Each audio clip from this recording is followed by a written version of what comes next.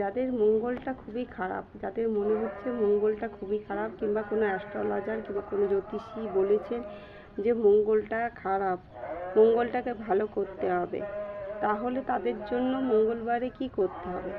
তাদেরকে প্রতি মঙ্গলবার নিরামিষ আহার করতে হবে। সাথে প্রতি মঙ্গলবার স্নান করে শুদ্ধ বস্ত্র পরে হনুমানজি বা বজরংবলীর কাছাকাছি মন্দির থাকলে ভালো, কিংবা ঘরেই যদি আপনারা হনুমানজিকে রাখতে পারেন তাহলে খুবই ভালো। হ্যাঁ, এই ঘরে পুজো করুন। আপনারা পারলে প্রতি মঙ্গলবার আপনারা হনুমান চালিসা পাঠ করুন।